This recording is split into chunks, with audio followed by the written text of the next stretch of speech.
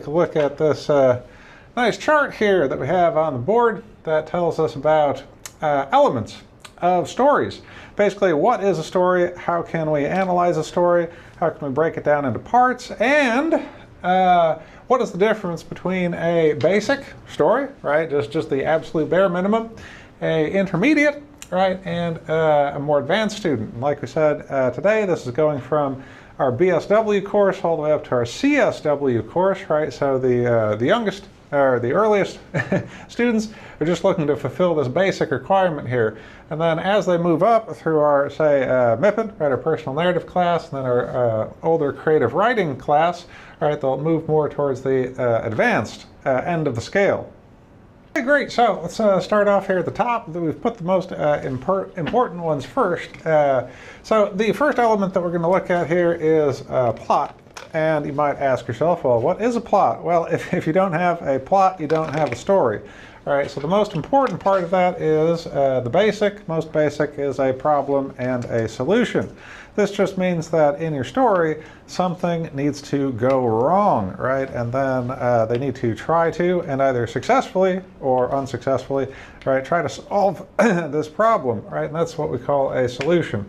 So if you don't have a problem and a solution, which many students fail to write, when they see a prompt and they say, write a story about, right, whatever it is, write a story about a vacation, write a story about the beach, write a story about a day at school, right? They don't actually write a story because they don't have a problem and they don't have a solution. They just have a bunch of events that they write, but it's just like a list, right? So it's not quite a story.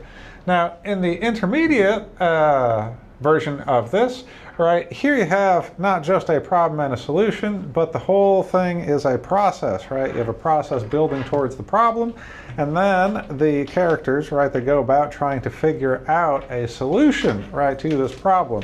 I mean, for the more advanced students, right, this part is called a rising action, but we can just call it a process here to understand it now.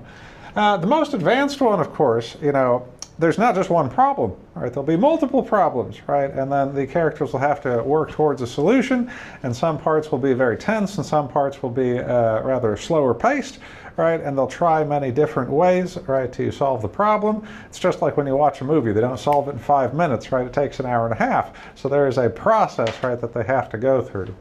Great, so if you have a problem and you have a solution, congratulations, you're on your way to writing a story, or you've actually got, right, the bare minimum requirement for a story. But that's really not the only thing that we require our students to have as the basic column here. The second one, of course, is organization, right? And this comes a little bit in with your writing skill, but the minimum that you should have in order to even start writing stories is to be able to organize your thoughts into paragraphs. Right? At the beginning, students might not know exactly why they're putting things in this paragraph or that paragraph, but at least if you're making an attempt to say, okay, these thoughts go together, and then here's the next bit of action, and you put it in paragraphs, great. Right? This is the first step. However, in organization, the basic ones, right, usually there's just a linear plot, right? One thing happens, then the next, then the next, then the next, and it's mostly actions, right? Things that the characters do. There's not so much thinking or description going on. Now, on the intermediate level, right, the organization is better. Right, you maybe introduce, right, the characters and setting first, right? Let us get to know your characters and the setting before you really dive into this problem and solution part. And then at the end, you might even sum up, right? So this is also a good skill. In the intermediate, we teach this to our MIPN students, right, when they're writing the personal narrative. All right, at the end, what did it all mean, right?